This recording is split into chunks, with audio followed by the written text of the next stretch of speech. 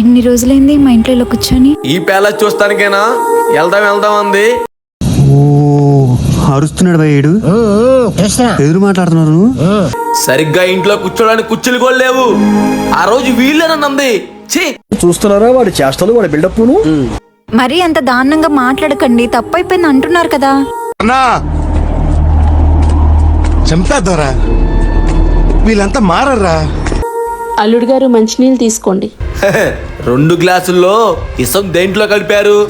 పొట్టి నా కొడుక కుత్త మూసుకో. ఇలా పొద్దునే నా మూడు చెడదంగా బాగా అర్థమైందా? ఏంటల్లుడు గారు అలా మాట్లాడుతున్నారు? మీరు అనుకున్న దుర్మార్గులు అయితే మేము కాదు. అయ్యో, టీవీలో పేపర్లో చూడట్లేదా? ఇష్టం లేని వాళ్ళు ఇంటికి వస్తే ఇసాలు పెట్టి చంపేస్తున్నారంట.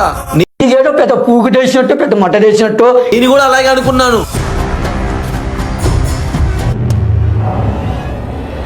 నీళ్ళేంటి ఎలా ఉన్నాయి? చక్కెరేసావా? అది ఉంది. ఏ మురుగుంట్లో తెచ్చారు? అయ్యో, మీరు అనుకున్నట్టు అవి మురికి నీళ్ళు కాదు బాబు, మా బావిలో నీళ్లు. బావిలో నీళ్లు? నేను నీ కూతురు తాగే మినరల్ వాటర్ బాటిల్ ఖరీదంతా తెలుసా?